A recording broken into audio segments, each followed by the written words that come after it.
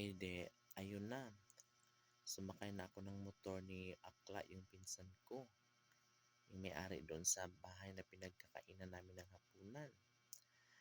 And then, nagulat ako, "Oh my God, ano ba yan, bakla?"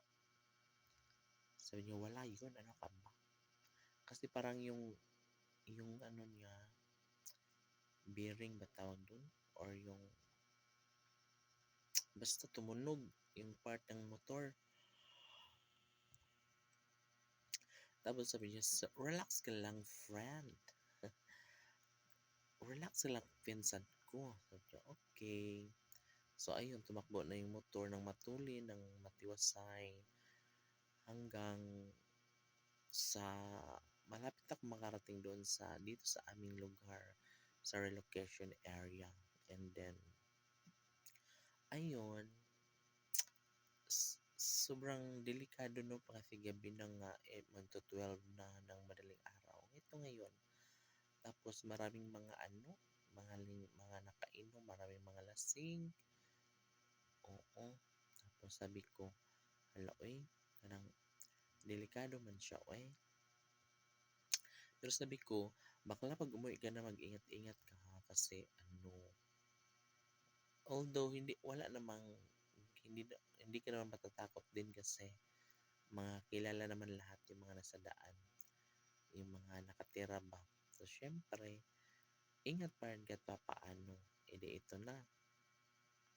Dumating na ako dito sa relocation area, pero doon lang ako sa baba baba kasi para hindi na siya umakyat dito kasi medyo mataas yung bahagi ng pinagtitirhan namin. So doon na siya sa baba sa may mga pabahay doon na mga permanent housing, yung mga semento na.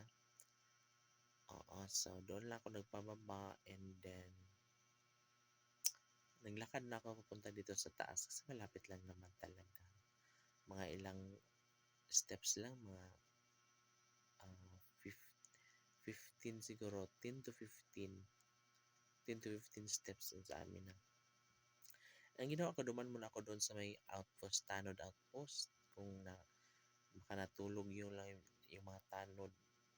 Hindi pala, kasi nanood pa sila ng TV, and nakausap ko pa sila, kaya sobrang gising pa talaga sila.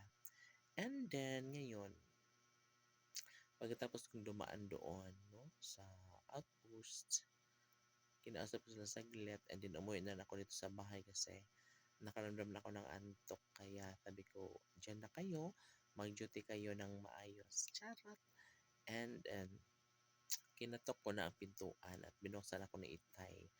Kaya nakapasok ako dito sa bahay. And then, yung alaga naming aso, guys, is sobrang kulit. Kasi nga, natutuwa sila pagka ganun, no? So, panay angkas.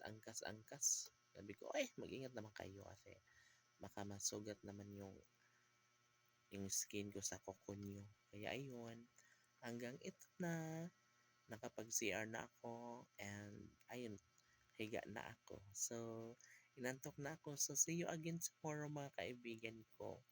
Thank you so much, and God bless you.